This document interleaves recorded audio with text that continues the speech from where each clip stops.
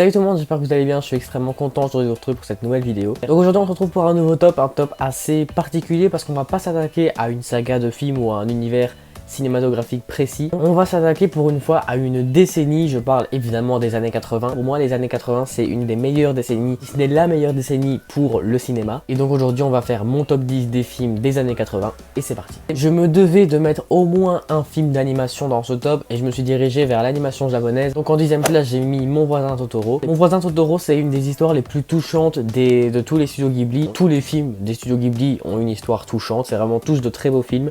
Mais celui-là, je sais pas, il a quelque chose de spécial, on s'attache vraiment au personnage. C'est pas pour moi le meilleur Ghibli, mais c'est vraiment un des meilleurs. J'ai hésité entre Mon voisin Totoro et Kiki la petite sorcière. J'ai bien aimé Kiki la petite sorcière, mais j'ai quand même mis Mon voisin Totoro parce que c'est Mon voisin Totoro quoi. Si vous n'avez jamais vu, sachez qu'il est sur Netflix. Personnellement, je l'ai revu il y a pas très longtemps sur Netflix et putain, je me suis encore pris une claque. Franchement, la poésie japonaise, c'est magnifique. Les musiques, tout est beau là-bas. À la 9ème place, un film cultissime qui vient d'une trilogie cultissime. Évidemment, j'ai mis Retour vers le futur 2 qui est pour moi le meilleur épisode de la trilogie. Retour vers le futur 2, c'est pas un film qui est très long, mais pourtant il y a un nombre d'aventures dans ce film. Le rythme utilisé est parfait, on s'ennuie vraiment pas une seule seconde. Les acteurs sont assez pas mal, hein. Je parle évidemment de Christopher Lloyd et de Michael J. Fox. Pour les autres, c'est du basique, il n'y a rien d'exceptionnel. Et donc voilà, pour moi la 9ème place est amplement méritée. J'ai bien aimé également le premier opus, pas trop le troisième.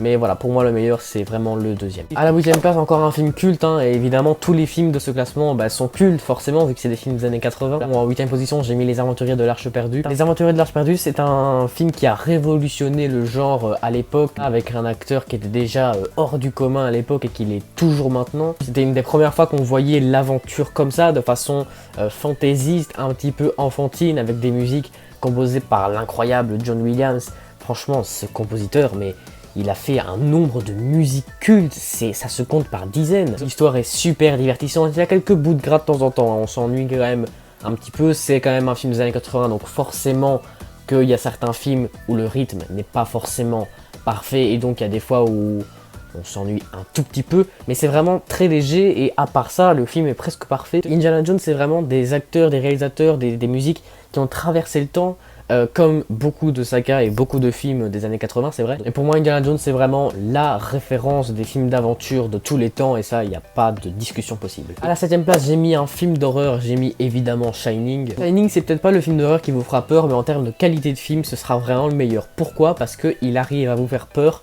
sans screamer. Parce qu'on va pas se mentir, les films d'horreur de maintenant, ils arrivent à nous faire peur, oui, mais sans screamer, ils arrivent pas. Et pour moi, c'est pas ça un film d'horreur. Un film d'horreur qui te fait peur avec un screamer, c'est pas un film d'horreur qui fait peur, puisqu'un screamer, ça fait peur, c'est forcément, vu que c'est une réaction humaine, c'est ton cerveau qui a le déclic. Si t'as peur sans screamer, c'est que le film fait vraiment peur. Et Shining, c'est le cas. J'ai pas peur de Shining, j'ai pas peur des films d'horreur quasiment en général.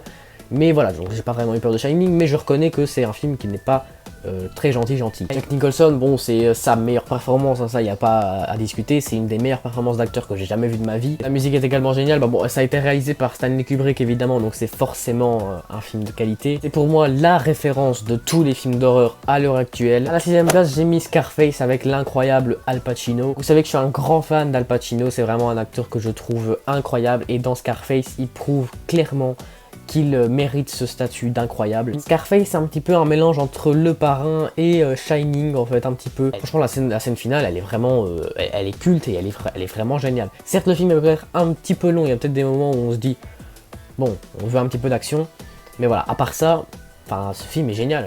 C'est vraiment des films qu'on fait plus à l'heure actuelle et qu'on fera plus jamais à l'heure actuelle. À la 5ème place, j'ai mis E.T. l'extraterrestre. E.T. l'extraterrestre, c'est je pense un film que tout le monde a vu, ou du moins que tous vos parents ont vu. E.T. l'extraterrestre, c'est un film qui mélange beaucoup de choses, beaucoup d'ingrédients très différents, et qui pourtant marchent ensemble. La science-fiction, l'émotion, l'amitié, la fidélité, tout ça, c'est des valeurs qu'on retrouve dans ce film, et tout ça mélangé, ça donne un film magnifique. Parce que c'est vrai que jusque là, on avait fait passer les aliens pour des méchants avec Star Wars et Alien, et là c'était complètement l'inverse, c'était vraiment une autre vision de l'extraterrestre, d'une vie extérieure. Pourquoi est-ce que les aliens ne seraient pas gentils? Bon, certes, les acteurs étaient pas ouf à l'époque, évidemment, c'est des acteurs qui étaient pas du tout connus à l'époque et qui ne le sont toujours pas maintenant. La musique, pareil, est parfaite, encore une fois composée par John Williams. Pour moi, l'association Spielberg-Williams c'est la meilleure association pour faire un film de qualité. À la 4e place, encore un film culte, bah évidemment Gremlins. Gremlins, c'est un film que j'ai vu pour la première fois il n'y a pas très longtemps et c'est vraiment un film super drôle. On tease un peu le film comme une sorte de film d'horreur avec l'affiche et avec, bah voilà, officiellement c'est un film d'horreur, hein, il fait partie de la catégorie horreur.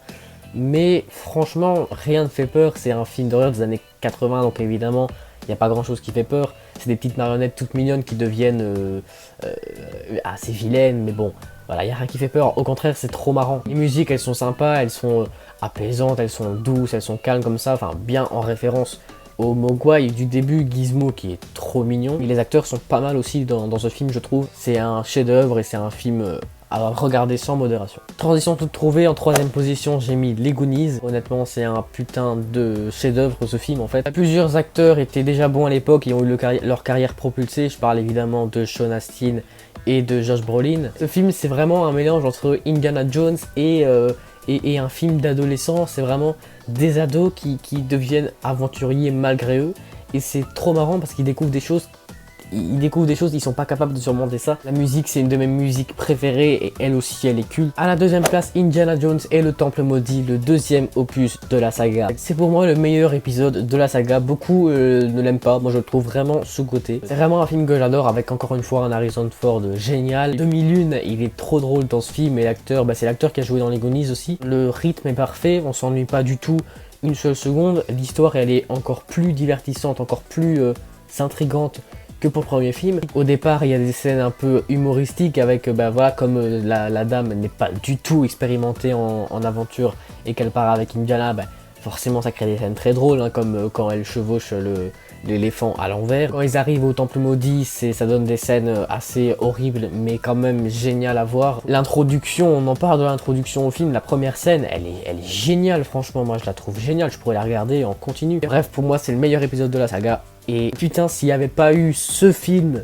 je l'aurais mis premier. Mais voilà, en première place, j'ai quand même dû mettre Star Wars épisode 5, l'Empire contre-attaque. L'Empire contre-attaque, bah, c'est un petit peu le film le plus culte du monde, que n'importe quelle année confondue. C'est le meilleur épisode de la saga Star Wars, c'est l'épisode Je suis ton père, c'est Yoda, il y a plein de références à la pop culture qui ont été introduite dans ce film. L'histoire elle est incroyable, l'histoire elle est divertissante du début à la fin malgré que le film soit assez long. Dark Vador est enfin sur le devant de la scène dans ce film et c'est vraiment cool parce que c'est pour moi le meilleur méchant de tous les temps en fait. Enfin, s'il n'y avait pas le Joker. Yoda dans ce film il est juste génial, hein. Au départ on dirait un petit gremlins vert insupportable et après on découvre que c'était un ancien maître Jedi et franchement Yoda c'est un des meilleurs Jedi. Il est sage, il est gentil, il est mignon, il est drôle, il est puissant. J'adore la plupart des autres épisodes de la saga, mais celui-là, qu'est-ce que tu veux faire face à celui-là? Donc voilà les gars, c'est déjà la fin de cette vidéo, de ce petit top, j'espère qu'il vous aura plu. Pour ceux qui se demandent si je ne pars pas en vacances, eh bien sachez qu'à l'heure où vous regardez cette vidéo, je suis en vacances. Et donc je sais plus du tout quel jour on est, vendredi, mardi, je m'en mêle les pinceaux, mais peu importe, la prochaine vidéo ce sera...